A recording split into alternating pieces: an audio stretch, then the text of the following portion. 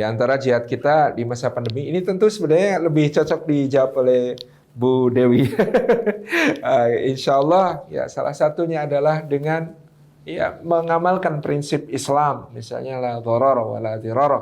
Tidak boleh membahayakan orang lain dan tidak boleh menjatuhkan diri sendiri ke dalam bahaya. Itu sudah merupakan bagian dari jihad kita ya untuk menjaga diri kita, keluarga kita, orang-orang kita sayangi, saudara-saudara kita yang ada di sekitar kita. Ini yang pertama, ini bagian dari jihad ya, menjaga protokol kesehatan. Saya ditanya ada orang, ya Ustadz, yang jaga prokes nyatanya tetap kena gitu ya. Kita yang santai-santai aja malah nggak kena. Yang jaga prokes dan tetap kena bisa dapat 2 pahala.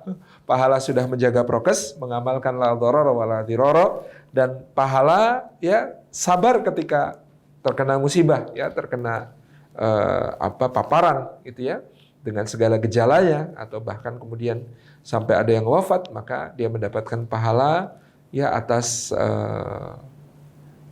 upayanya, pahala atas kesabarannya, dan bahkan pahala syahadah kalau dia kemudian sampai wafat karenanya. Adapun yang tidak menjaga prokes ya tidak berpahala karena tidak menjaga, boleh jadi berdosa karena mungkin dia OTG sehingga menyebarkan tanpa terasa ya, dan ya, dengan itu dia membahayakan orang lain.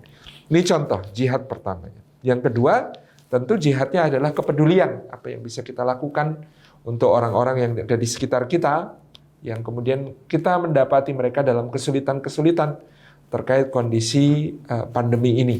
Ada yang tidak bisa bekerja, ada yang mungkin bisnisnya tidak jalan, ada yang secara pendapatan turun drastis, ada yang kesusahan bahkan untuk sekedar memenuhi kebutuhan harian. Tentu menjadi satu keprihatinan bersama, tetapi apa yang bisa kita lakukan untuk mereka? Mungkin kita bisa melakukan secara pribadi sejauh kemampuan kita untuk peduli dan berbagi. Tetapi juga kita bisa melakukan gerakan. Saya melihat ada teman-teman yang sudah bergerak untuk tetangga bantu tetangga, ya, teman-teman yang bergerak untuk tetangga jaga tetangga, ya, sudah bahkan mungkin menghimpun dana melalui inisiatif pribadi, melalui crowdfunding untuk kemudian berbagi dengan orang-orang yang ada dalam pendataan yang memerlukan bantuan-bantuan. Ya, kita juga bisa kemudian melihat teman-teman mungkin ada yang sedang isolasi mandiri, apa yang bisa kita berikan atau yang bisa kita lakukan untuk mereka. Nah, kemudian yang ketiga, bagaimana jihad pendidikan ya. Dalam kondisi pandemi COVID-19 ini ya ada pastinya ya ada penurunan kualitas pendidikan yang luar biasa. Saya kemarin mendapatkan kabar dari kawan di Balitbang Kemendikbud bahwa hasil asesmen tentang siswa murid kelas 1 SD di seluruh Indonesia pada tahun ini ada 60% yang bahkan belum bisa baca tulis.